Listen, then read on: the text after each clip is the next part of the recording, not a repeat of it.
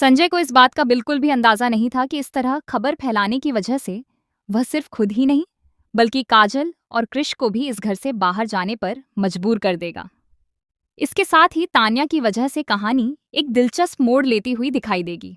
अब देखने को मिलेगा कि कुछ ही पलों में संजय को यह एहसास हो जाएगा कि जिस तरह अरमान ने अपना रास्ता बदल लिया है, अब उसे भी अपना रास्ता बदलना होगा, क्योंकि दादी सा उससे बेहद नाराज होने वाली है। दादी सा संजय से कहेंगी, तुम्हें ये सब करने की क्या जरूरत थी? क्या तुम्हें एहसास है कि तुमने कितनी बड़ी गलती की है?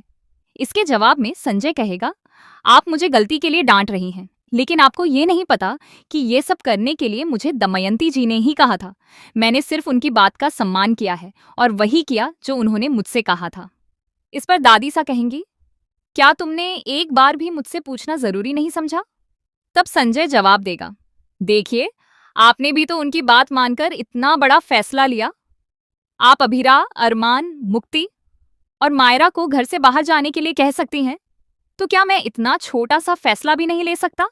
इसके बाद दादी सा कहेंगी, तुमने दमयंती जी की बात मानकर उन्हें यह यकीन दिला दिया है कि सिर्फ मैं ही नहीं बल्कि इस घर का हर सदस्य उनकी बातों का सम्मान करता है और उनके अनुसार फैसले लेता है। मुझे डर है कि आगे चलकर वह हम सबसे न जाने कैसी कैसी मांगे करने लगेंगी।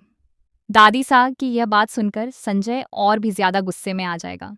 तब दादी सा कहेंगी, मुझे लगता है कि काजल को इस घर में रखकर मैंने बहुत बड़ी गलती की थी, इसलिए अब काजल के साथ साथ तुम्हें और कृष को भी इस घर से चले जाना चाहिए। वैसे भी तुम लोगों का अपना बिजनेस है, इसीलिए अब तुम लोग अपनी जिंदगी संभालो।